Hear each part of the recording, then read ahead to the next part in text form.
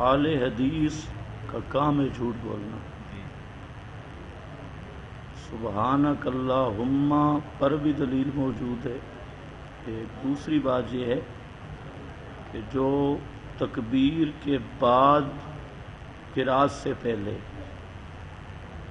اس کی حیثیت سمجھنی چاہیے کہ نبی کریم صلی اللہ علیہ وسلم سے مختلف الفاظ ثابت ہیں اور ہم سب کے جواز کے قائل ہیں. یہ بات سمجھیے آپ. یعنی جو ثنا جس کو پڑھتے ہیں، ثنا صرف سبحانک اللہم کے ساتھ ہم خاص نہیں مانتے. جتنے الفاظ ثنا کے مختلف موجود ہیں سب پر ہمارا ایمان ہے اور اس کو ہم کرتے بھی ہیں. یہ ان کا مفروضہ یہ ہے کہ احناف صرف سبحانک اللہم ہی پڑھتے ہیں. تو یہ تو جو ان پڑھ ہو اس کو اگر دوسرے نہ آتے ہوں تو یہ بھی کفایت کرے گا. لیکن ہماری کسی فقہ کی کتاب میں یہ تصریح نہیں کہ یہ ضروری ہے. اس کے زبان مطلق ثنا ہے اور ثنا کی اطلاق میں سبحانک اللہم بھی ہے. دوسرے جو اوراد احادیث سے ثابت ہیں وہ بھی سب پڑھنے جائز ہیں، جو بھی ثابت ہو. سب حضرات تشریف رکھیں.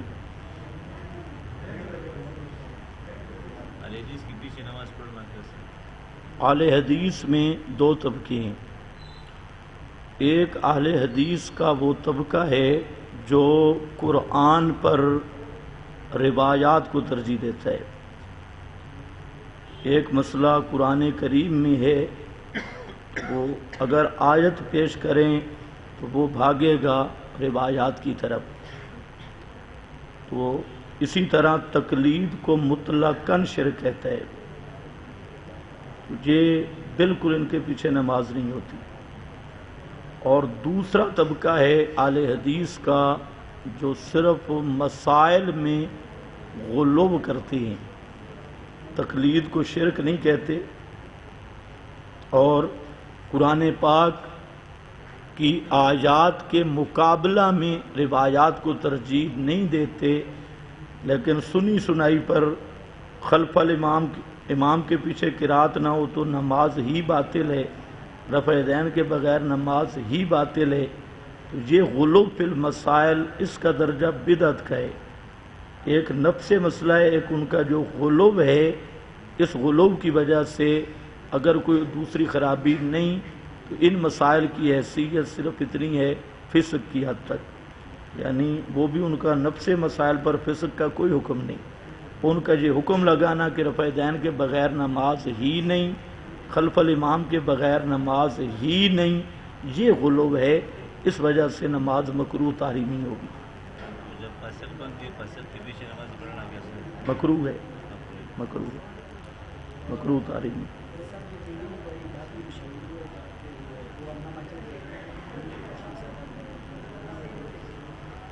وہ بعض ساتھیوں نے یہ ذمہ داری لی تھی،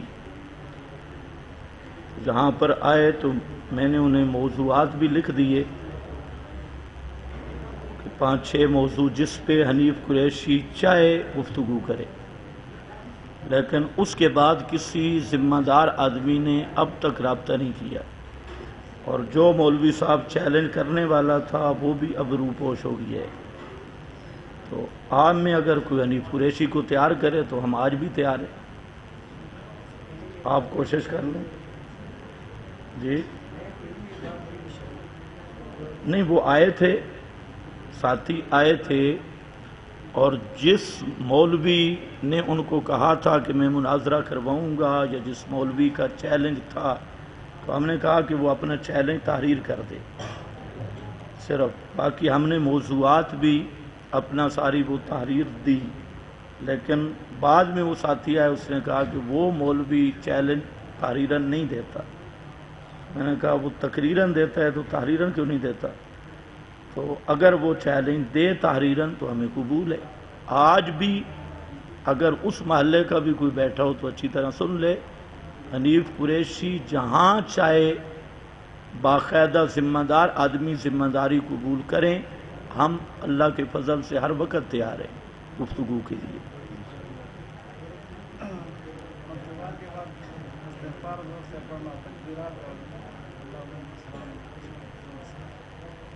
یہ جو اصل طریقہ ہے فرض نمازوں کے بعد چند مسائل ہیں. ایک تو یہ ہے کہ ہمارے پنڈی اور اسلام آباد میں مربجہ دعا ہوتی ہے، تو مربجہ دعا التزاماً فرائض کے بعد یہ بدعت ہے. اسی طرح بعض حضرات ذکر جہری کرتی ہے.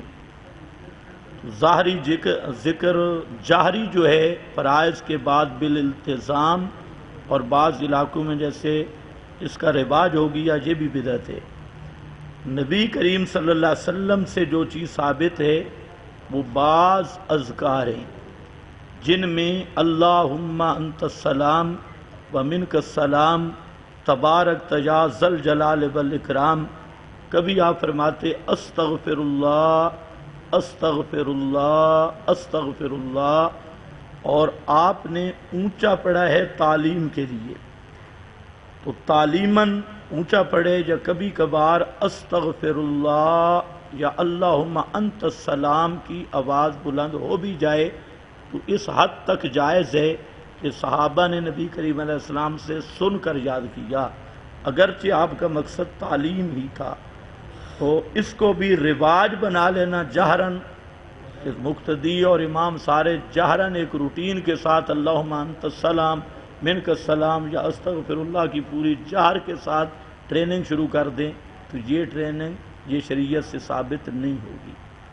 امام کے پیچھے نماز پڑھنا جی کیسا ہوگا؟ دیکھو ایک بدعت کر رہا ہے، تو پہلی بات تجھے ہوتا ہے نظری مسائل میں کہ اسے سمجھایا جائے. سمجھانے کے بعد بھی اگر وہ اپنی بدعت پہ اڑ گیا ہے اتمام حجت کے بعد، تو ظاہر بات ہے اس کے وہی حکم ہوگا جو اہل بدعت کا حکم ہے. نماز قضا کرنے والا پتہ نہیں کیا لکھا ہے 88 لاکھ سال جہنم میں 2 کروڑ. یہ روایت کیسا ہے؟ کسی کا ہاتھ چومنا جائز ہے یا نہیں؟ یہ روایت ہے ہی نہیں، یہ روایت تو ریونڈیوں نے بنائی ہے، اس کی کوئی سند نہیں. 2 کروڑ 88 لاکھ سال جس نے نماز قضا کی پھر پڑھ بھی لی تو 280 حقب 2 کروڑ 88 لاکھ سال جہنم میں جائے گا. اس روایت کا راوی طارق جمیل ہے اور فضائل اعمال ہے. تو فضائل اعمال میں جس طرح اور بہت ساری جھوٹی باتیں لکھی ہیں ان میں سے ایک یہ بھی ہے، اور جیسے ہمارے ریبنڈ والے دوست اور بڑے بڑے جھوٹ چھوڑتے ہیں تو یہ بھی ایک بولا ہوا جھوٹ بھی نہیں، چھوڑا ہوا جھوٹ ہے. تو نماز کا شرعی مسئلہ یہی ہے کہ اگر کسی کی نماز قضا ہو جائے تو وہ قضا پڑھے گا. نبی کریم صلی اللہ علیہ وسلم کی خندق میں نمازیں قضا ہوئی، اسی طرح لیلۃ التعریس میں سب صحابہ جو آپ کے ساتھ تھے اور آپ کی بھی نماز قضا ہوئی اور آپ نے دوبارہ پڑھی. یہ مسئلہ کہ نماز قضا ہو گئی، اب بیچارہ 2 کروڑ 88 لاکھ سال ٹانگا رہے اور وہ جہنم میں رہے چاہے قضا پڑھ بھی لے، تو قضا ہو گئی. تو یہ مسئلہ ریونڈ کی فیکٹری کا ہے، یہ پیغمبر کی شریعت اور دین کا یہ مسئلہ نہیں ہے. جہاں تک رہ گیا ہاتھ چومنا، بوسہ دینا، تو جو ہاتھ چومنے کا مسئلہ ہے اس میں افراد تفریط ہے. اصل مسئلہ یہ ہے کہ ایسی ہیئت کسی کے سامنے رکھنا جو ہیئت لوگوں کے لیے شبہوں کا باعث بنے، خصوصاً شرک زدہ ماحول میں ایسی چیزیں جو شرک کی طرف داعی بنے اور عوام میں التباس والی چیزیں ہوں، تو حراست التوحید کا مستقل باب شریعت کا ان چیزوں کو نہ کرنا بہتر ہے. بعض چیزیں فی نفس ہی جائز ہیں. بعض صحابہ کرام نے آپ کا ہاتھ مبارک بھی چوما ہے اور تقبیل کی ہے. تو اس طرح اگر کوئی واقعتاً اہل اللہ مواحد آدمی ہے اور مشرک نہیں ہے، پکا مواحد اور اس کے سامنے جھکتا بھی نہیں، ایک ہے جھکنا، جھکاؤ شکاؤ بھی نہیں، اور اس کو ویسے موقع مل گیا اور ہاتھ کو اس توحید والی محبت کی بنیاد پہ اس نے بوسہ دے دیا، تو یہ کوئی کفر شرک نہیں ہے۔ البتہ یہ ہے کہ چونکہ ماحول سارا شرک زدہ ہے اور عوام اس بات میں فرق نہیں کر رہے، بلکہ عمران خان نے تو بوسہ، سجدے کو بوسہ کہہ دیا ہے، اب وہ سجدے کو بوسہ قرار دے رہا ہے، تو ایسی جہالت کے دور میں اس کی مثال ہے جیسے لا تقولوا رائنا، احتیاط ہے، احتیاط اسی میں ہے کہ یہ اس کام سے بھی احتیاط کی جائے۔ اہل بدعت کہتے ہیں جو عقیدہ دیوبند کا ہے اس پر اتفاق کرتے ہیں، اگر نہیں کرتے تو اپنے آپ کو دیوبندی کہنا چھوڑ دو۔ پہلی بات تو یہ ہے، کبھی آپ نے سنا ہے کہ ہم دیوبندی ہیں؟ میں نے کبھی دعویٰ کیا کہ میں دیوبندی ہوں؟ پہلی بے ایمانی یہ ہے کہ ان کا دماغی توازن ٹھیک نہیں۔ دیوبند کسی مذہب کا نام نہیں، یہ بات ذہن میں رکھ لو۔ بریلی کسی مذہب کا نام نہیں، دیوبند ہندوؤں کا ایک شہر ہے جس میں دارالعلوم ایک یونیورسٹی ہے۔ اس یونیورسٹی میں اچھے لوگ بھی پڑھے ہیں، برے لوگ بھی پڑھے ہیں، ان میں اچھے نیک حضرات بھی رہے ہیں، اولیاء اللہ بھی رہے ہیں اور مشرک بھی رہے ہیں۔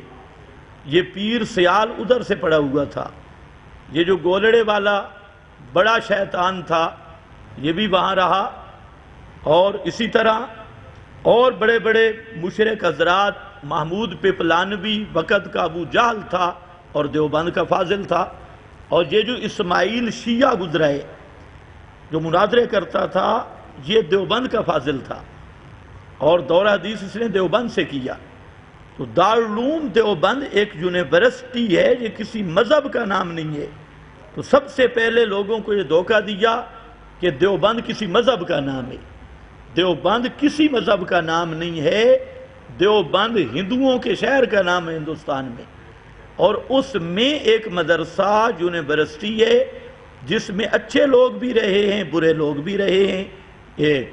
اور دوسری بات یہ ہے کہ یہ جو اپنے آپ کو کہتے ہیں دیوبندی، آج سے کئی سال پہلے ہم نے ان کو چیلنج کیا کہ آپ اکابرین دیوبند میں سے 4 بزرگوں کے نام لکھ کر دے دیں، کوئی تمہارا ذمہ دار آدمی، اور یہ دستخط کر دے کہ ان 4 بزرگوں کی ہر عبارت پر ہمارا ایمان ہے، ہر عبارت پر ہمارا عقیدہ ایمان وہی ہے جو ان کی عبارات میں موجود ہے۔ اگر علماء دیوبند کی عبارات سے ان سب للڑوں کو کافر ثابت نہ کروں تو میں پوری زندگی کے لیے دعوت اور اپنا یہ سٹیج چھوڑ جاؤں گا، یہ میرا وعدہ رہ گیا۔ اور اپنی مرضی کے لکھو 4 بزرگ، ہم نہیں کہتے فلاں لکھو فلاں، جو اکابر میں سے ہوں ان 4 کے نام دے دو، اور ساتھ یہ ذمہ داری دو کہ ان 4 کی ہر عبارت پہ ہمارا ایمان ہے، پھر میں دیکھتا ہوں کہ تمہارا ایمان کہاں جاتا ہے۔ اور لوگوں کو دھوکہ دیتے ہیں۔ دیوبند مدرسے کا پہلا جو فتاوہ ہے، فتاوہ دارالعلوم دیوبند، اور اس کے پہلے مفتی عزیز الرحمن، یہ پہلے مفتی ہیں، سارے مفتیوں کے استاذ، وہ میرے پاس موجود ہے فتاوہ۔ اس کی 14ویں جلد میں صاف طور پہ انہوں نے مسئلہ پوچھا ہے کہ موت کے بعد کوئی سنتا ہے، تو مفتی اول دیوبند مفتی عزیز الرحمن صاحب نے فرمایا عدم سماع میت پر نص قطعی وارد ہے۔ اب علماء سمجھ سکتے ہیں نص قطعی کا کیا معنی ہے، کہ نہ سننے پر نص قطعی وارد ہے، اور وہ ہے ما انتا بمسمع من فی القبور۔ تو آؤ، یہ دیوبند کا پہلا مفتی ہے اور اس کے عقیدے پہ آؤ کرو اتفاق۔ اس نے قرآن بیان کیا۔ اسی طرح فاتحہ کا صحیح طریقہ، یہ اس کتاب پر 45 کے قریب اکابر کی تصدیقی ہیں، اور اس میں یہ مسئلہ لکھا ہے کہ رسول اللہ صلی اللہ علیہ وسلم کے لیے بھی قانون عام یہی ہے کہ نہیں سنتے، اور کہتا ہے کوئی نیک یا بد مردہ نہیں سنتا، آگے لکھتا ہے کہ بہرحال جو کسی مردے کے سننے کا قائل ہے وہ قرآن کا منکر ہے، وہ قرآن کا منکر۔ اس پر 45 اکابر جن میں تبلیغی جماعت کے بانی مولانا محمد الیاس صاحب رحمہ اللہ کے بھی دستخط ہے، ان کی بھی تصدیق ہے۔ اسی طرح ایک اور فتویٰ ہے حضرت گنگوئی رحمۃ اللہ علیہ کا، جو تمام علماء دیوبند کے پیر و مرشد اور بڑے استاد ہیں۔ حضرت گنگوئی، ان کا فتویٰ ہے کشف المغالطات میں چھپا، اور اس فتوے پر 40 اکابر دیوبند کے دستخط ہیں۔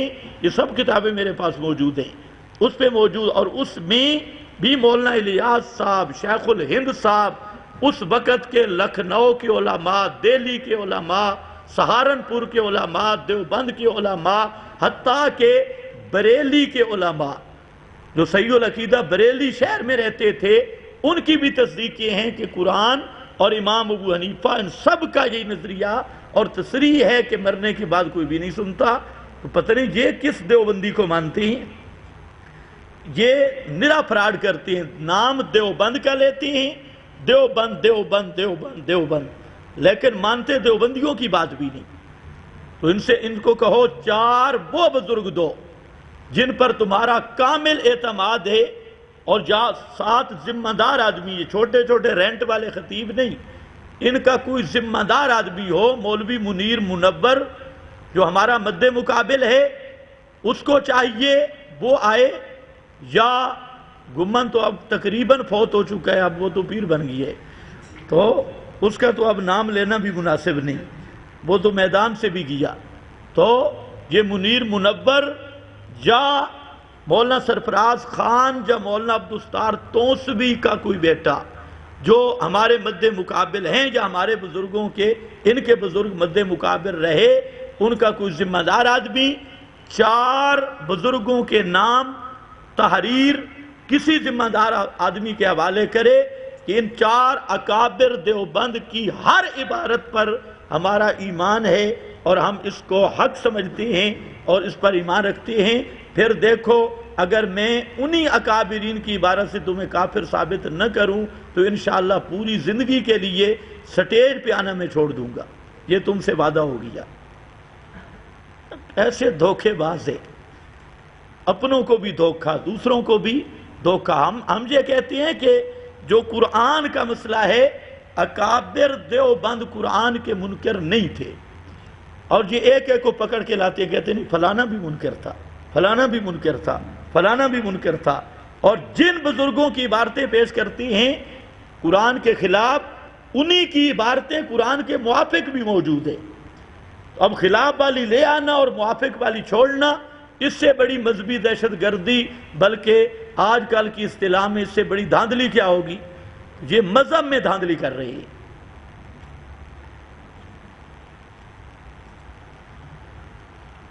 تعویذ کی شرعی حیثیت کیا ہے؟ تعویذ کی شرعی حیثیت تو اب کھل گئی ہے۔ ان تعویذوں میں کچھ ہوتا تو یہ خادم اور یہ مولانا فضل صاحب کچھ نہ کوئی تو حاصل کر لیتے، تو اب ان کی شکست سے اتنا مان لو کہ تعویذوں میں کچھ بھی نہیں ہے۔ تو جب کچھ ہی نہیں تو کم از کم درجہ اس کا عبث فعل ہے، اور کلو عبث حرام، یہ تو ظاہر مسئلہ ہے، اس میں اب لمبی چوڑی باتوں کی ضرورت نہیں ہے۔